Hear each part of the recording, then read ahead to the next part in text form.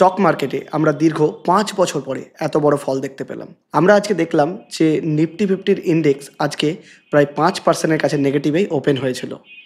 এরকম ঘটনা এর আগে 2020 সালের কোভিডে হয়েছিল, যখন মার্কেট ত্রাহি ত্রাহি অবস্থায় ছিল, যখন সব কিছু ক্র্যাশ করে যাচ্ছিল, প্রত্যেকটা স্টক ক্র্যাশ করে যাচ্ছিল, তখন প্রত্যেক দিন 5% করে ফল আমরা দেখতে পেয়েছিলাম। আর এই ঘটনার রিপিটেশন 2025 সালে হয়েছে, মানে 5 বছর পর আবার হয়েছে। তাহলে কি ওই ঘটনারই রিপিটেশন হচ্ছে? এক্স্যাক্ট রিপিটেশন কি তাই হচ্ছে?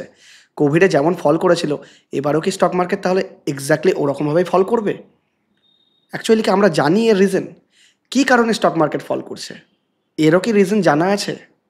কারণ কোভিডের সময় যখন সবথেকে বেশি নেগেটিভ নিউজ ছিল, তখন কিছু মার্কেট উঠতে লেগেছিল, মার্কেট তার বটম করে নিয়েছিল, মার্কেট কিন্তু আপ ট্রেন্ড শুরু করে দিয়েছিল। তাহলে এবারও কি মার্কেট বটম করে নিয়েছে, নাকি মার্কেট অ্যাকচুয়ালি ফল করা স্টার্ট করেছে? কি হচ্ছে এখন মার্কেটে কিছুই তো বুঝতে পারছি না। আপনি যদি নিফটি ফিফটির চার্ট ওপেন করে নেন, তাহলে দেখবেন যে নিফটি ফিফটির চার্টে আপনি দেখতে পাবেন যে আগের দিনে যেখানে মার্কেট ক্লোজ হয়েছিল তার থেকে ওপেনিংয়ে হয়েছে আজকে প্রায় 5% নিচে। যদিও মার্কেট পরে রিকভার করে যায়, কিন্তু ওপেনিংটাই 5% নিচে হয়েছিল, যেখানে প্যানিক সেলিং শুরু হয়ে গেছিলো। মানে প্রত্যেকটা মানুষ সেল করেছিল সকালবেলায় উঠে উঠে ভয়ে, এবং যাদের পোর্টফোলিও আজকে পজিটিভও ছিল তারাও পর্যন্ত নেগেটিভ শো করেছে তাদের portfolio. Even mutual fund portfolio আপনি খুব তাড়াতাড়ি দেখতে পাবেন যে যারা একটু পজিটিভে ছিলেন তারাও আজকে নেগেটিভ শো করবে তাদের পোর্টফোলিও। তাহলে কি করবো এই সিচুয়েশনে? এই সময় আপনি যদি ইউএসএ স্টক মার্কেট দেখেন তাহলে আরও ঘাবড়ে যাবেন।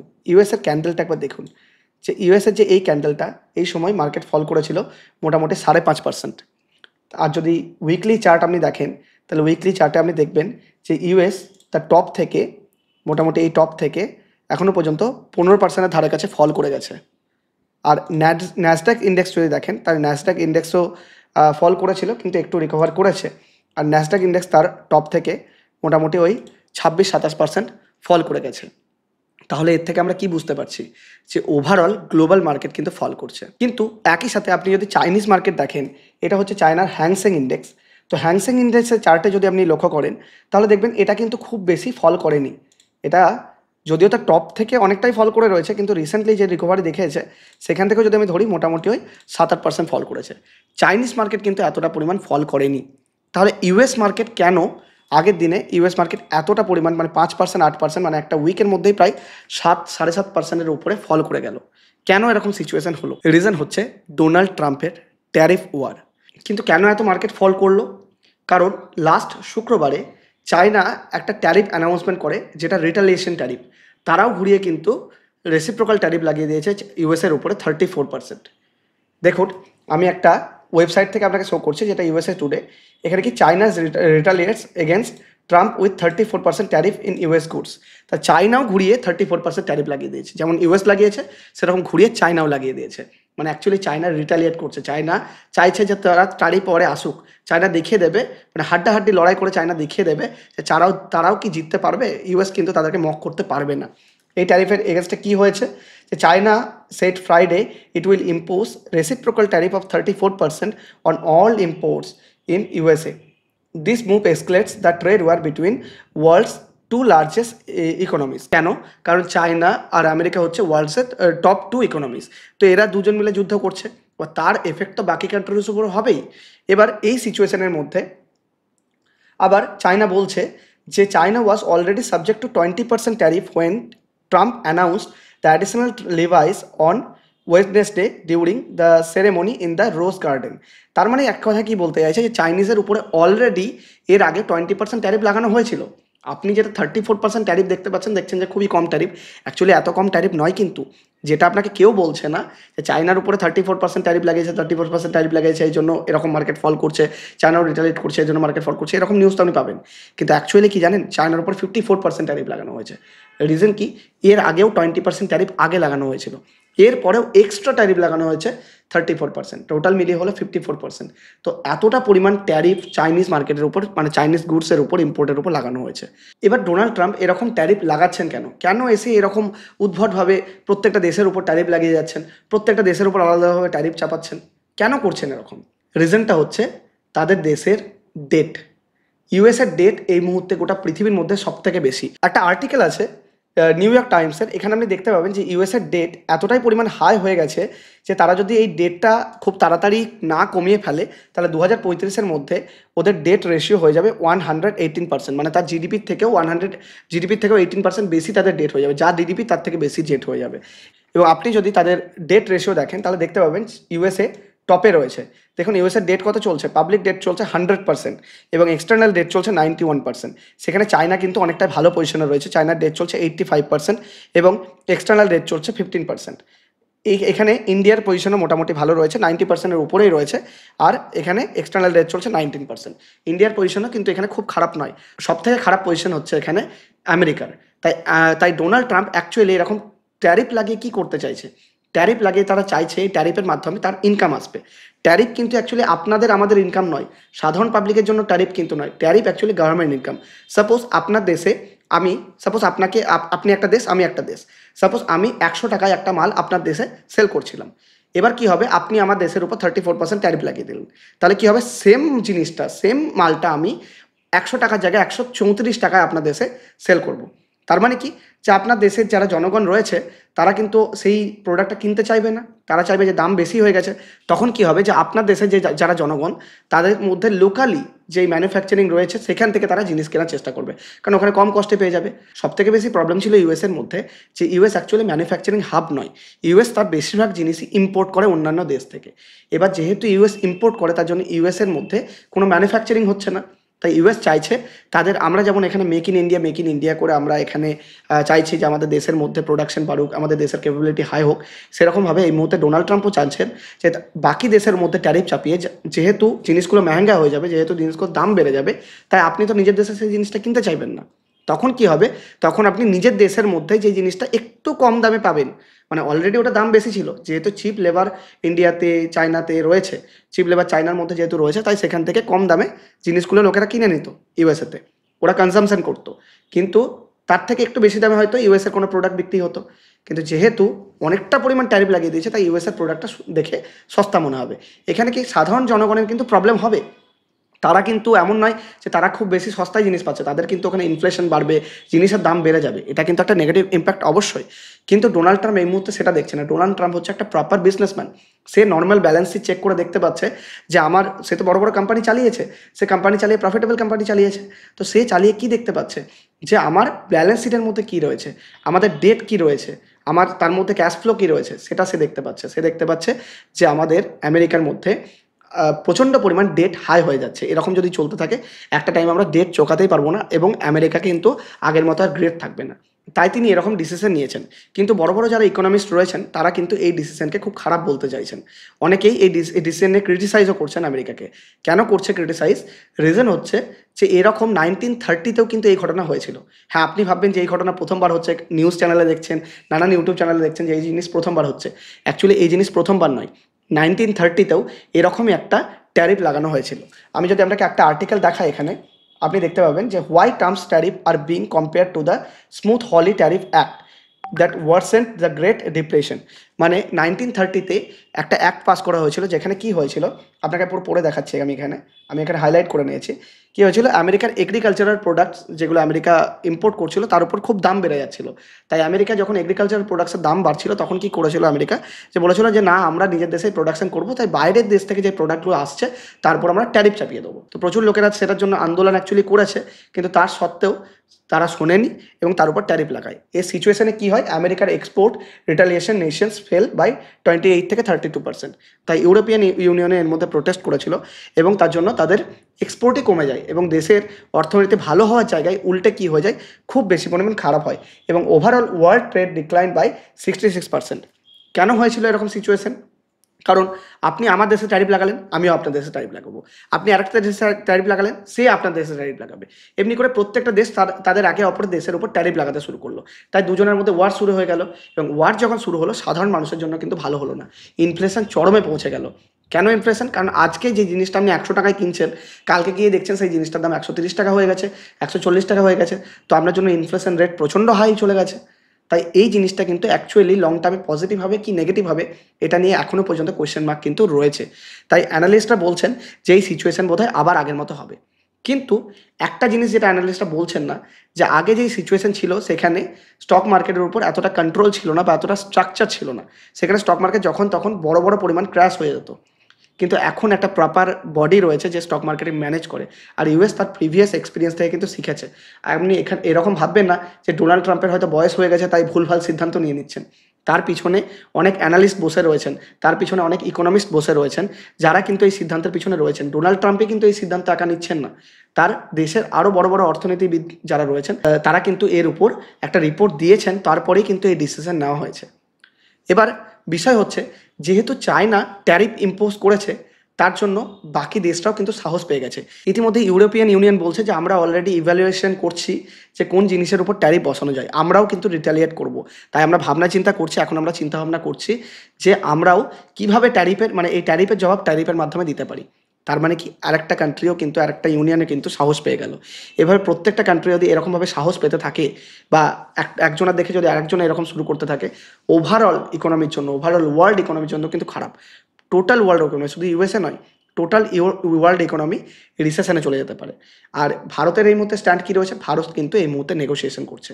আমার পার্সোনালি মনে হয় যে এই সিচুয়েশনের মধ্যে নেগোসিয়েশন করাটাই কিন্তু বেস্ট পসিবল ওয়ে। কারণ ইন্ডিয়াও যদি তাদের উপর ট্যারিফ চাপাতে শুরু করে দেয়, তাহলে কি হবে যে ইন্ডিয়াতেও কিন্তু ইনফ্লেশন বাড়বে। এবার বিষয় হচ্ছে যে ইন্ডিয়ার উপর যে ট্যারিফ চাপানো হয়েছে তার ইম্প্যাক্ট কী রয়েছে, কিন্তু সেই ইম্প্যাক্ট বোঝার আগে অ্যাকচুয়ালি আমেরিকা বলতে কি চাইছে।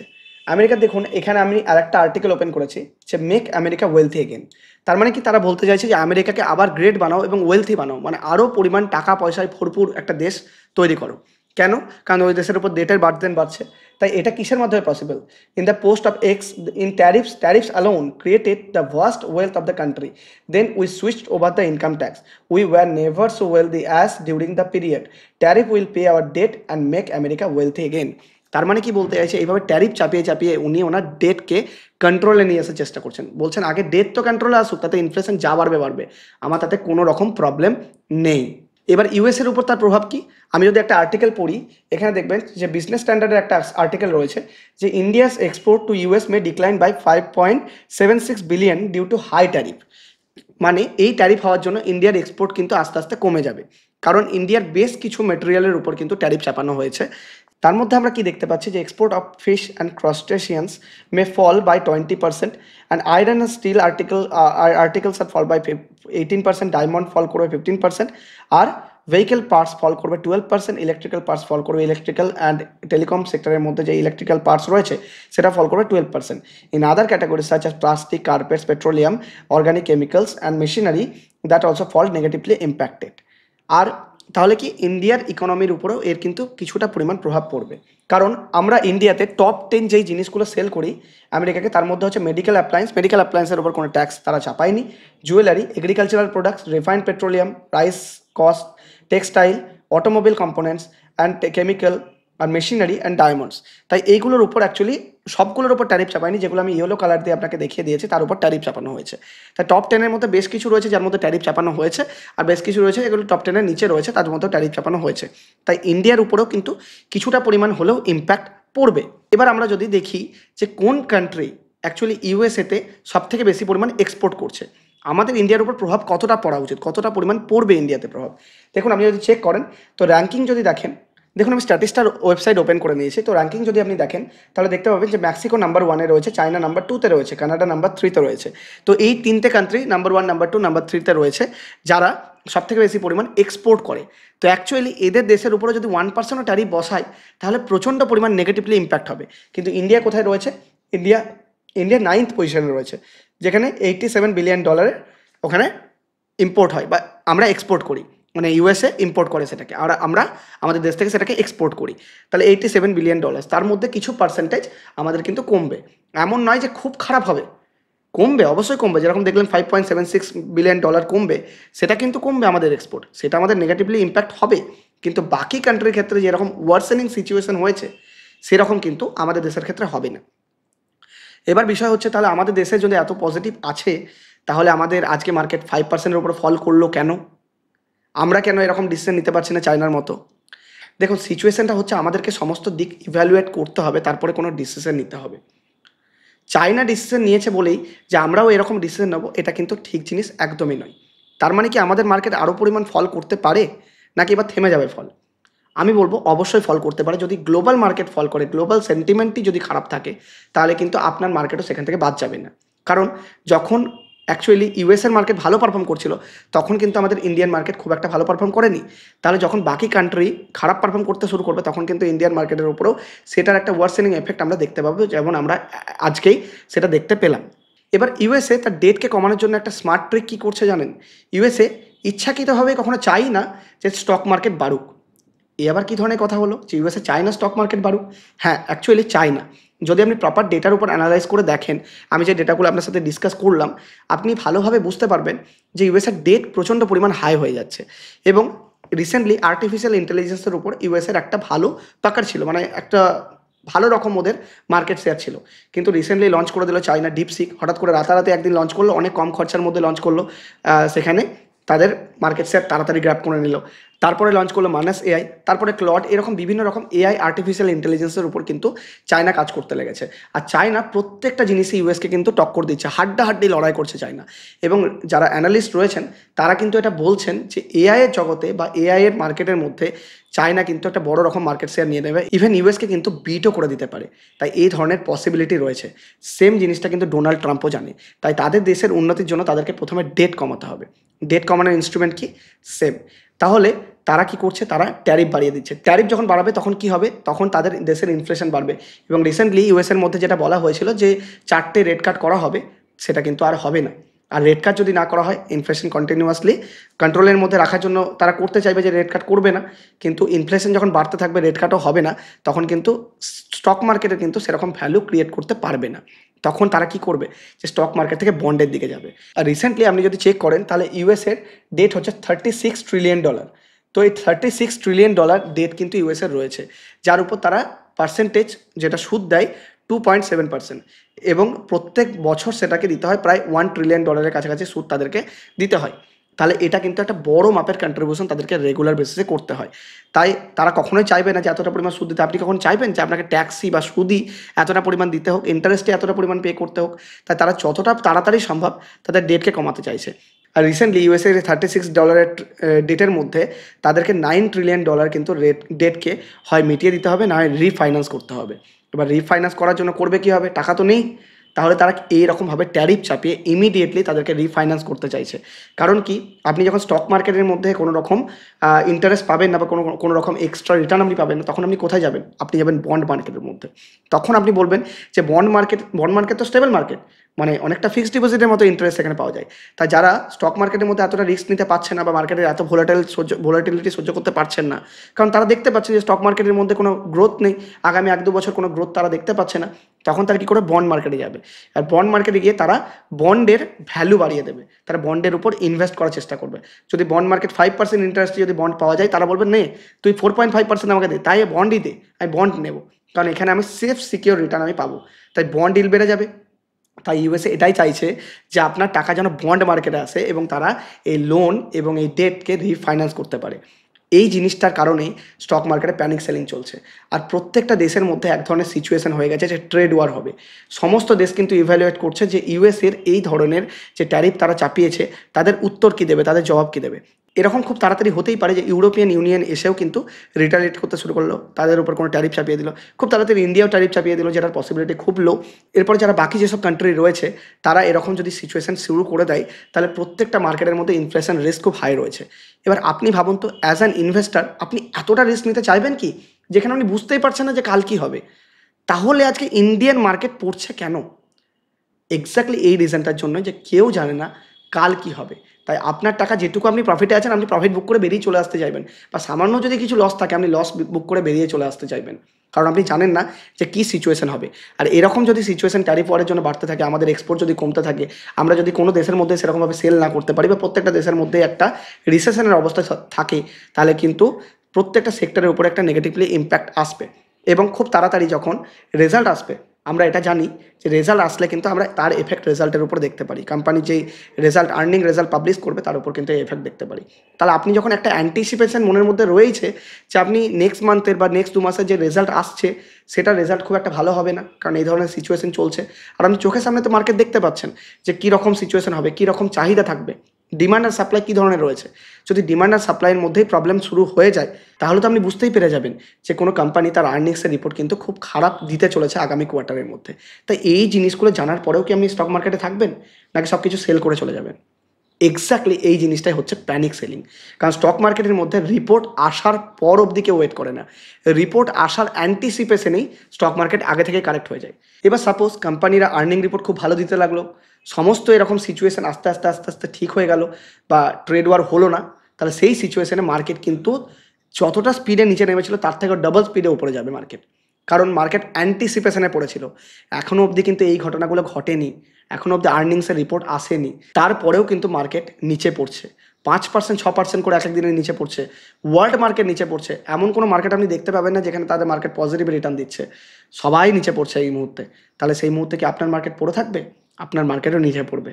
কিন্তু যখনই সমস্ত কিছুর টেনশন কমে যাবে, যখন এই সিচুয়েশান চেঞ্জ হয়ে যাবে, তখন দেখবেন ট্রাম্প যতই ট্যারিফ অ্যানাউন্স করুক না কেন, যদি রিটালিয়েশন না হয়, যদি বাকি দেশের মধ্যে ট্রেড ওয়ার শুরু না হয়ে যায়, এই সিচুয়েশানগুলো যদি হয়, তাহলে কিন্তু যে অ্যান্টিসিপেশনে যে ডাউনফল হয়েছিল অ্যাকচুয়াল রিপোর্ট আসার আগে, স্টক মার্কেট তার ডাবল স্পিডে উপর দিকে যাবে এবং আপনাকে প্রফিটেবল রিটার্ন দেবে। তাহলে এই মুহূর্তে আপনি করবেন কি? এই মুহূর্তে আপনার যে এসআইপি চলছে সেই এসআইপির অ্যামাউন্ট একটু বাড়াতে পারেন। এসআইপি করবেন কীভাবে? আমাদের নিচে অ্যাঞ্জেল ওয়ানের ডিসক্রিপশনের লিঙ্ক রয়েছে, অ্যাঞ্জেল ওয়ান থেকে ফ্রিতে ডিম্যাট অ্যাকাউন্ট আপনি ওপেন করে নিন এবং সেখান থেকে আজই এসআইপি স্টার্ট করে দিন। মার্কেট আপনাকে খুব ভালো সিচুয়েশন, ভালো সময় দিচ্ছে। সবসময় মনে রাখবেন মার্কেটে কিন্তু দুটো সময় হয়, এক হচ্ছে ভালো সময় আর এক হচ্ছে খুব ভালো সময়। তো খুব ভালো সময় খুব তাড়াতাড়ি আসতে চলেছে। মার্কেট যত নিচে পড়বে তত আপনি অপরচুনিটি খুঁজুন, প্যানিক সেলিং করবেন না। যদি আপনার এসআইপিতে ইনভেস্টমেন্ট থাকে, মিউচুয়াল ফান্ডে ইনভেস্টমেন্ট থাকে, আপনি মনে করে দেখুন তো, আপনি কি সেটা এই প্যানিক সেলিংয়ের জন্য বেরোনোর জন্য ইনভেস্টমেন্ট করেছিলেন কি? নাকি আপনি 10 বছর, 20 বছর, 30 বছরের জন্য ইনভেস্ট করেছিলেন? তো যদি আপনার গোল 10 বছর, 20 বছর, 30 বছরের জন্য থাকে, তাহলে কেন এসব দেখতে যাচ্ছেন? একদম দেখবেন না। বরং এই সিচুয়েশনে এসআইপি অ্যামাউন্ট বাড়িয়ে দিন। চেষ্টা করুন যে ধীরে ধীরে ধীরে ধীরে লামসামের জন্য টাকা জমানোর। মার্কেট আপনাকে অপরচুনিটি যখনই দেবে লামসাম করতে পারেন। আমার প্রত্যেকটা ভিডিওতে আমি বলেছি, এর আগের অনেক ভিডিওতে বলেছি যে আপনি যদি এসআইপির থেকেও বেশি রিটার্ন পান তাহলে মাঝে মধ্যে লামসাম করতে পারেন। তাই মার্কেট কিন্তু লামসামের সুযোগ আপনাকে খুব তাড়াতাড়ি দিতে চলেছে এরকম মনে হচ্ছে। যদি মার্কেট এরকম সিচুয়েশন দেয় তাহলে কিন্তু সুবর্ণ সুযোগ মার্কেটে ইনভেস্টমেন্ট করার। তাই ভয় পাবেন না, প্যানিক সেলিং করবেন না। যদি কোনো স্টক রিলেটেড কোনো স্টকের মধ্যে আপনার, যদি কোনো স্টকসের মধ্যে ইনভেস্টমেন্ট থাকে আপনার, তাহলে আপনি সেটা দেখতে পারেন, ইভ্যালুয়েট করতে পারেন। কিন্তু যদি আপনার মিউচুয়াল ফান্ডে ইনভেস্টমেন্ট থাকে, লং টার্মের জন্য ইনভেস্টমেন্ট থাকে, সেক্ষেত্রে আপনার দেখার কোনো প্রয়োজন নেই। আপনি কেবল এটা দেখুন যে আপনি ইনভেস্টমেন্ট কখন করবেন, কিভাবে করবেন। শুধুমাত্র অপরচুনিটির জন্য ওয়েট করুন।